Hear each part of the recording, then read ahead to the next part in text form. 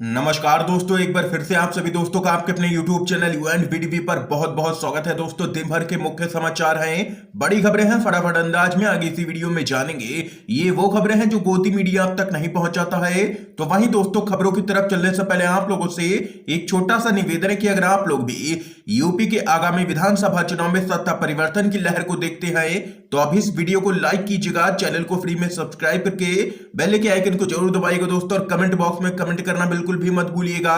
जय हिंद, जय भारत।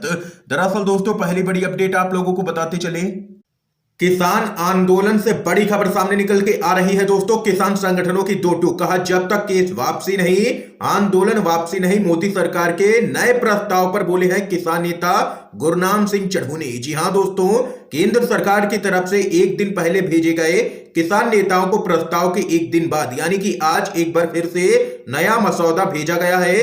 सूत्रों के मुताबिक इस नए प्रस्ताव में केस वापसी पर मोदी सरकार ने लचीला रुख अपनाया है, लेकिन किसानों की तरफ से इस पर भी सहमति अब तक नहीं बन पाई है। और वहीं इस सबके बीच किसान नेता गुरनाम सिंह चढ़ूनी ने कहा है कि जब तक सरकार उनकी सभी मांगे नहीं मान लेती है तब तक आंदोलन किसी भी कीमत पर खत्म नहीं किया जाएगा। सरकार को केस वापसी की टाइमलाइन का ऐलान करना चाहिए कि कब तक केस वापसी होंगे, इसलिए हम लोग अभी आंदोलन खत्म नहीं कर सकते हैं क्योंकि सरकार पर बिल्कुल भी भरोसा नहीं किया जा सकता है। और वहीं इसके साथ ही किसान नेता राकेश टिकैत ने एक बार फिर से साफ कर दिया है कि सरकार केस वापस लेगी, एमएसपी पर कानून बनाएगी, तभी आंदोलन खत्म किया जाएगा। और वहीं सूत्रों के अनुसार यह भी खबर सामने निकल के आ रही है कि किसानों की सारी मांगे मानने को तैयार हो चुकी है केंद्र सरकार, क्योंकि यूपी चुनाव से पहले किसी भी कीमत पर मोदी सरकार किसान आंदोलन खत्म करवाना चाहती है। और इसी को लेकर के खबर है कि अमित शाह से मुलाकात के बाद खत्म हो सकता है किसान आंदोलन।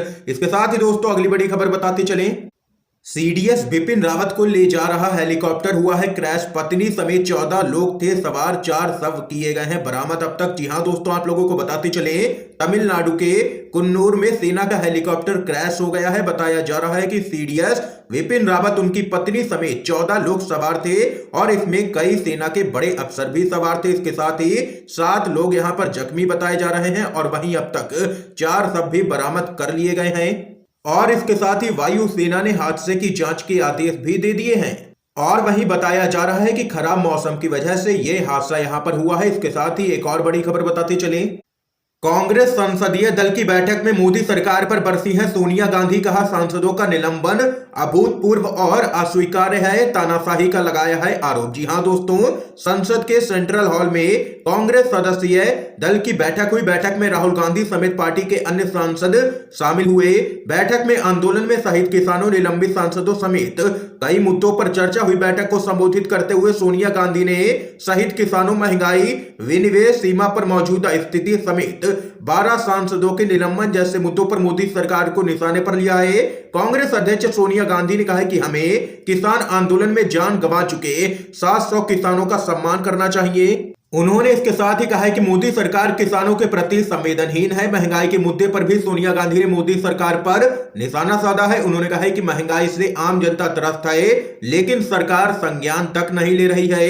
कांग्रेस अध्यक्ष सोनिया गांधी ने आगे कहा है कि मोदी सरकार सरकारी उपक्रमों को ध्वस्त कर रही है और देश की संपत्तियों को लगातार बेच रही है। सोनिया गांधी ने सीमा पर मौजूदा स्थिति पर भी सवाल खड़े करते हुए कहा है कि हम सीमा पर बने हालातों पर संसद में विस्तृत चर्चा चाहते हैं, लेकिन मोदी सरकार तैयार नहीं है। राज्यसभा से निलंबित किए गए 12 सांसदों को उन्होंने अभूतपूर्व और अस्वीकार्य बताया है और कहा है कि कांग्रेस पार्टी इस फैसले के खिलाफ इन सभी सांसदों के समर्थन में खड़ी है। ये यहां पर जबरदस्त तरीके से सोनिया गांधी ने केंद्र की मोदी सरकार को तमाम मुद्दों को लेकर के घेरा है। इसके साथ ही दोस्तों, अगली बड़ी खबर बताते चलें, सांसदों के निलंबन के खिलाफ विरोध प्रदर्शन में शामिल हुए हैं अखिलेश यादव। बोले भाजपा भावनाओं को नहीं समझती है। आप लोगों को बताते चले, समाजवादी पार्टी के सांसदों ने शीतकालीन सत्र की शेष अवधि के लिए 12 राज्यसभा सदस्यों के निलंबन को लेकर के संसद परिसर में स्थित महात्मा गांधी की प्रतिमा के सामने विरोध प्रदर्शन किया है। इस दौरान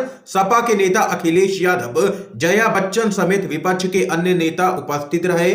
और वहीं इस दौरान यूपी के पूर्व मुख्यमंत्री अखिलेश यादव ने कहा है कि उत्तर प्रदेश के मुख्यमंत्री लाल रंग के बारे में पहले भी बोल चुके हैं। लाल रंग भावनाओं का है और भाजपा भावनाओं को नहीं समझती है। इसी बीच सपा से सांसद जया बच्चन ने कहा है कि प्रधानमंत्री को बहुत बहुत धन्यवाद कि वो हमारी पार्टी सपा का प्रचार कर रहे हैं। उनके लिए खतरा है कि लोग लाल टोपी पहन करके बड़ी संख्या में रैलियों में आ रहे हैं। उनके लिए ये खतरे की घंटी है। ये यहां पर जोरदार हमला जया बच्चन ने भी बोला है केंद्र की मोदी सरकार पर। एक और बड़ी खबर बताते चले, कांग्रेस सदस्यीय दल की बैठक में राहुल गांधी मोदी सरकार पर भड़के हैं। बोले सारी समस्याओं की जड़ एक ही है, मोदी सरकार का अहंकार। जी हां दोस्तों, आप लोगों को बताते चले संसद के सेंट्रल हॉल में आज कांग्रेस के संसदीय दल की बैठक हुई।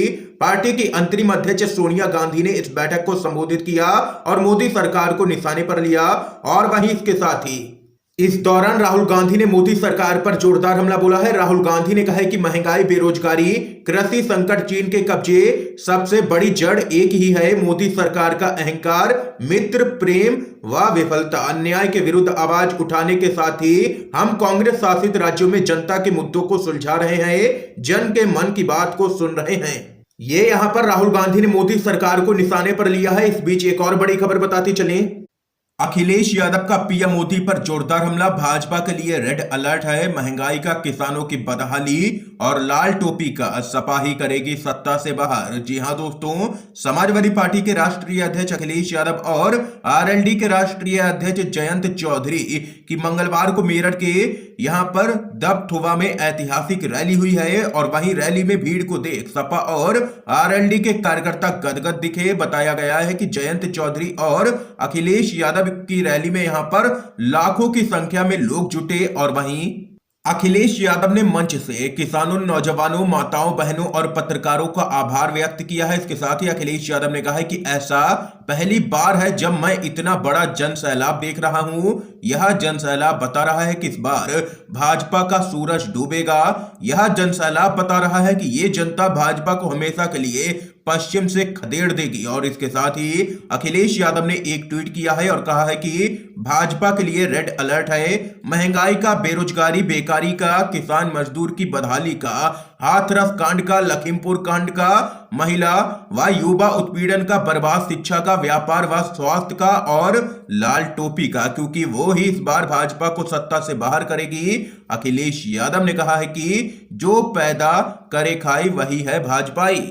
और इसके साथ ही अखिलेश यादव ने कहा है कि 2022 में बदलाव इस बार होकर के ही रहेगा और भाजपा की ऐतिहासिक हार होने जा रही है 22 के चुनाव में। यह यहां पर कहना है दो टूक अखिलेश यादव का। इसके साथ ही अगली बड़ी खबर बताते चलें, यूपी विधानसभा चुनाव के मद्देनजर प्रियंका गांधी ने जारी किया है महिला घोषणा पत्र। कहा सरकारी नौकरियों में 40% आरक्षण दिया जाएगा। जी हां दोस्तों, आप लोगों को बताते चले उत्तर प्रदेश में कुछ ही महीनों में विधानसभा का चुनाव होना है। इससे पहले कांग्रेस की महासचिव प्रियंका गांधी ने महिलाओं के लिए घोषणा पत्र जारी कर दिया है। इस दौरान प्रियंका गांधी ने बताया है कि महिलाओं को सरकारी नौकरी में 40% आरक्षण दिया जाएगा। तो वहीं दोस्तों अगली बड़ी खबर बताते चले, एक बार फिर से सरकार गिराते धरे गए हैं केंद्रीय गृह मंत्री अमित शाह। राजस्थान में अमित शाह ने की थी सरकार गिराने की कोशिश। गजेंद्र शेखावत पर भी जमकर के बरसे हैं अशोक गहलोत। राजस्थान में पिछले साल राजनीतिक संकट के लिए भाजपा पर निशाना साधते हुए मुख्यमंत्री अशोक गहलोत ने कहा है कि राजस्थान ने राज्य सरकार को गिराने के प्रयासों को विफल करके इतिहास रच दिया, जो भविष्य में लोकतंत्र को बचाने में मददगार होगा। अशोक गहलोत ने आरोप लगाया है कि केंद्रीय गृह मंत्री अमित शाह और एनडीए सरकार में अन्य केंद्रीय मंत्री राज्य सरकार को गिराने की साजिश में शामिल थे।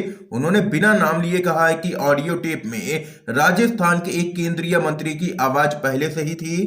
ये यहां पर दोस्तों राजस्थान के मुख्यमंत्री अशोक गहलोत ने बड़ा खुलासा किया है कि अमित शाह ने की थी सरकार गिराने की कोशिश। इसके साथ ही एक और बड़ी खबर बताते चलें, गांधी का भारत अब गोडसे का भारत बनता जा रहा है। 370 की वापसी से पहले चुनाव नहीं लड़ूंगी, महबूबा मुफ्ती का बड़ा बयान। जी हां दोस्तों, पीडीपी की प्रमुख और जम्मू कश्मीर की पूर्व मुख्यमंत्री महबूबा मुफ्ती ने कहा कि वे जम्मू कश्मीर में अनुच्छेद 370 को दोबारा लागू किए जाने तक चुनाव नहीं लड़ेंगी। उन्होंने कहा है कि यह जम्मू कश्मीर के लोगों का हक है जो उन्हें मिलना चाहिए।